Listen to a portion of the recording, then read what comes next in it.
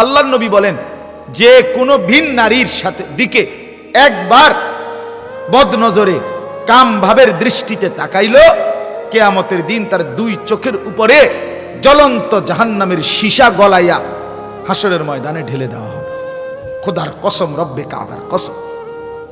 বন্ধু আমার আজকে 3 দিন বা 4 দিন হবে, 3 দিন চোখ উঠছে। যে চোখ উঠা কয়টা, এই যে আমার চোখ দেখেন লাল হয়ে রয়েছে, এটা অনেক লাল না, এ চোখ উঠছে। এই সামান্য চোখ তো চোখের জায়গাতেই আছে, কিন্তু একটু লাল হয়ে যায়। আমার সারাক্ষণ চোখটা খসখস খসখস খসখস করে, ব্যথা করে, কি যে অস্থিরতা লাগে। একটু পর পর ড্রপ দেই, এই পানি দিয়ে ধুই, আবার ছোট ছোট কিছু দিয়া টিস্যু দিয়া, এটা দিয়া এই যে পকেটে সারাক্ষণ টিস্যু রাখি, মুছি। মানে কত কিসিমের অস্বস্তি যে আমার লাগতেছে শুধু এই কদ্দূরে। এবার বন্ধু, সেই চোখের উপরে যদি জ্বলন্ত সীসা ঢেলে দেওয়া হয়, কেমন হবে দোস্ত? বন্ধু, কষ্ট তো করতেই হবে, কষ্ট করতেই হবে, নিজেকে বাঁচাইতেই হবে, নিজেকে বাঁচাইতেই হবে, নিজেকে বাঁচাইতে হবে। কোরআনুল কারীমের মধ্যে আল্লাহ তাআলা বলছে রাসূলুল্লাহ সাল্লাল্লাহু আলাইহি ওয়াসাল্লামকে, বন্ধু, যেই কোনো অপরাধের শাস্তি সমাজের মানুষ কিংবা সর্দার কিংবা বিচারক তারা করতে পারে, কিন্তু জিনা এবং ব্যভিচার, কোনো পুরুষ যদি নারীর সাথে অপকর্ম করে, কোনো নারী যদি পুরুষের সাথে অপকর্ম করে, ওই ব্যভিচারের শাস্তি কারো ফয়সালা দিলে হবে না, এই শাস্তি সরাসরি আমি আল্লাহ নির্ধারিত করে দিলাম। আয-যানিয়াতু ওয়াজ-যানি ফাজলিদু কুল্লা ওয়াহিদিন মিনহুমা মিআতা জালদা। আল্লাহ বলছে, জিনাকার পুরুষ এবং জিনাকার মেয়ে, ব্যভিচারী নারী পুরুষকে 100 বেত্রাঘাত করো, এমন ভাবে যেন চামড়া দিয়া লাগে। এরপরে আল্লাহ পাক বলছে, ওয়ালা তাখুযকুম বিহিমা রাফাতুন ফি দীনিল্লাহ। 100টি বেত্রাঘাত, চাবুকের আঘাত, চামড়া দিয়ে বানানো চাবুক, এই চাবুকের আঘাত করতে গিয়ে তোমাদের কলিজার ভিতরে যেন এক বিন্দু দয়া এবং মায়া না আসে, সাবধান। এরপরে কোরআনে আল্লাহ বলছে, ওয়ালিয়াশহাদ আযাবাহুমা তাইফাতুম মিনাল মুমিনিন। জিনাকারী ব্যভিচারী ছেলে মেয়েকে যখন শাস্তি দিবা, চতুর্দিকে যেন মুমিনদের সংখ্যাগরিষ্ঠ লোক দাঁড়ায়া থাকে, তারা যেন সচক্ষে দেখে অসভ্য ছেলে এবং মেয়ের পরিণতি কি। কোরআনের আয়াত। আরো শোনো মিয়া, আল্লাহ তাআলা কোরআনে বলছে সরাসরি, আল্লাহ তাআলা বলছে, যেই মেয়ে অপবিত্র, খবিস, চরিত্র খারাপ, বেপর্দা, তো আল্লাহ ডাইরেক্ট বলছে সেই বেপর্দা মেয়ে খবিস, তার জন্য স্বামী মিলবে যেটা, এটা হলো খবিস।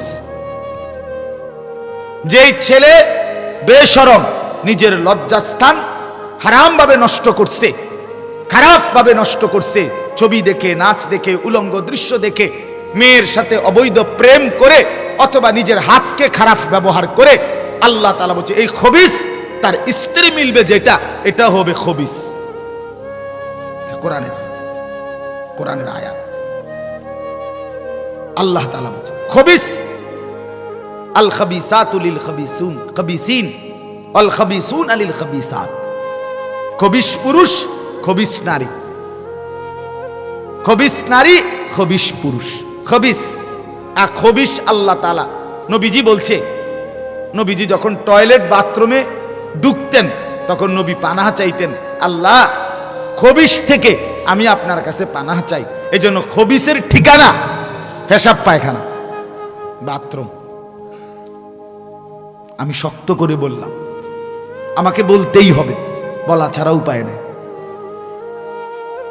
শক্তভাবে না বলে, আশা হলো 100 না 1000 যুবক থেকে যদি একজনের দিলের মধ্যে অনুভূতি আসে, আশা করা যায় সেও লাভবান হবে, আমিও লাভবান হব।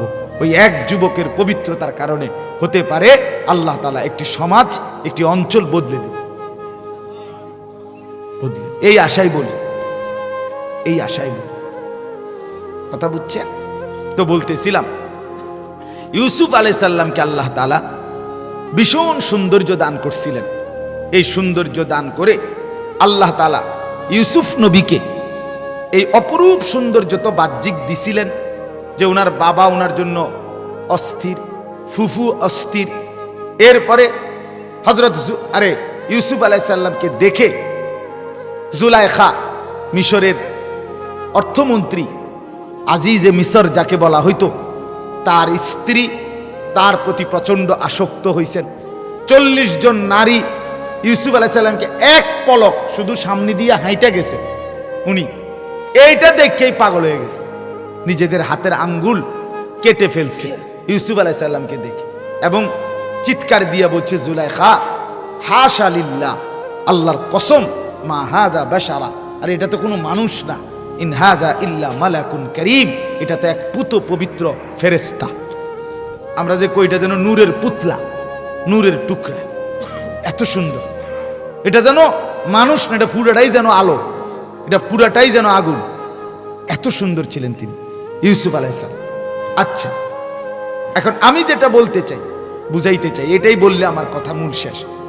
ইউসুফ আলাইহিস সালামের অনেক মর্যাদা, কারণ একমাত্র নবী আল্লাহ তাআলা যার ঘটনা পুরো উল্লেখ করছেন, উনার বাবার কাহিনী, উনার 10 ভাইয়ের কাহিনী, উনাকে কূপে নিক্ষেপ করার কাহিনী, কূপ থেকে উঠাবার কাহিনী, মিশরের বাজারে বিক্রয়ের কাহিনী, জুলাইখার বাড়িতে আশ্রিত হওয়ার কাহিনী, এরপরে জেলখানার কাহিনী, এরপরে 2 জন কারাবন্দির স্বপ্নের ব্যাখ্যা বর্ণনা করার কাহিনী, এরপরে একজন বাদশাহ তিনি স্বপ্ন দেখছেন, ইউসুফ নবী স্বপ্নের ব্যাখ্যা দিছেন, এরপরে মিশরের কারাগার থেকে তিনি মুক্তি পাইছেন, এরপরে তিনি মিশরের হইতে হইতে তিনি বাদশাহ হইছেন, বাবা মার সাথে একত্রিত হইছেন, ভাই বেরাদরের সাথে সম্পর্ক ঠিক হইছে, এসব কিছু আল্লাহ কোরআনে বলছেন।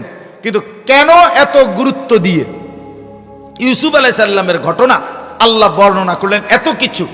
এর একটাই মূল কারণ, ইউসুফ বাহ্যিকভাবে সুন্দর ছিল এই জন্য না, সুন্দর আমার নবী সাল্লাল্লাহু আলাইহি সাল্লামও ছিলেন, সুন্দর আম্বিয়ারা সকলেই ছিলেন, কিন্তু ইউসুফ আলাইহিস সালামের ভিতরের চরিত্র, ভিতরের সৌন্দর্য, অন্তরের ভিতরের যেই সৌন্দর্যটা, খোদার কসম এটা ছিল একেবারেই আশ্চর্য, একেবারেই বিরল। আল্লাহ তাআলা বলেন, যাকে আমি বাহিরে ভীষণ সৌন্দর্য দান করেছিলাম, তাকে আমি অন্তরের ভেতরেও অনেক বড় সৌন্দর্য দান করছিলাম, অনেক বেশি। এই ভিতরের সৌন্দর্য মানে চরিত্রের পবিত্রতা, আখলাকের পবিত্রতা। যেই যুবক এত সুন্দর, গোটা সৃষ্টির অর্ধেক সুন্দর যেই যুবকের শরীরে, যেই যুবকের চেহারা, সে হাজারো মহিলার সাথে অবৈধ কাজ করতে পারত, যাকে ডাকতো সেই এই যুবকের সাথে যাইতো, যাকে তাকে ইচ্ছা করে সে আপনার অশ্লীলতা বেহায়াপনা করতে পারত, কারণ অসম্ভব যৌবন, সুন্দর, একেবারেই চাকচিক্যময় চেহারা। কিন্তু আল্লাহ বলেন, আমার ইউসুফ গোটা পৃথিবীর নারী সকলেও যদি ডাকছে, আমার ইউসুফ এই ডাকার ভেতরে একেবারে উপযুক্ত গুনার পরিবেশ, জিনার পরিবেশ, বেবিচারের পরিবেশ, নিজের খাহেসাত চরিতার্থ করার সর্বোচ্চ সুযোগ পাওয়ার পরেও বাহ্যিক সৌন্দর্যে নয়, বরং ভেতরের পবিত্রতা দিয়ে আমার ইউসুফ আমি আল্লাহকেই রাজি করেছে। আর এটাই তার শ্রেষ্ঠত্বের কারণ, এটাই তার মূল বৈশিষ্ট্য, মূল বৈশিষ্ট্য, মূল বৈশিষ্ট্য। এজন্য কোন যুবক তার জীবনের সবচেয়ে বড় বিশেষত্ব দোস্ত, হাজার রকমের চুলের ফ্যাশন না, বিভিন্ন মডেলের প্যান্ট না, বিভিন্ন মডেলের গেঞ্জি না। তুমি মাসে মাসে, বছরে বছরে, 2 মাসে 3 মাসে চুলের ডিজাইন বদলাইবা, কোনো ছাগলেও তোমার এটি চায় না, এটি কেউ কিচ্ছু দেখে না, এটির 2 পয়সার কোনো মূল্য কারো কাছে না।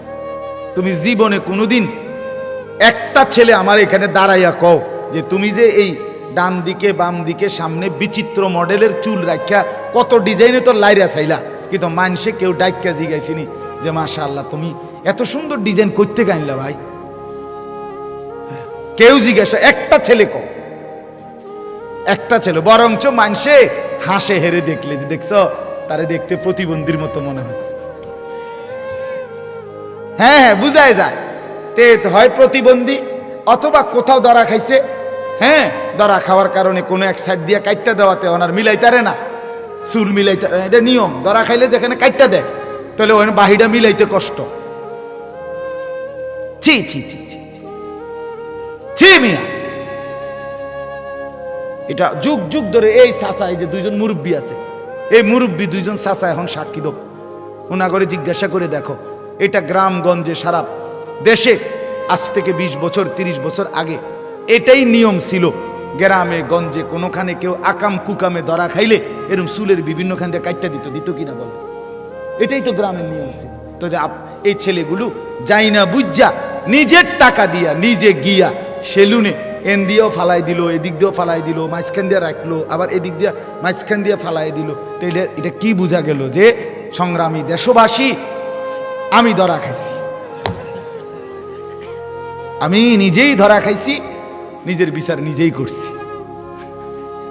আস্তাগফিরুল্লাহ।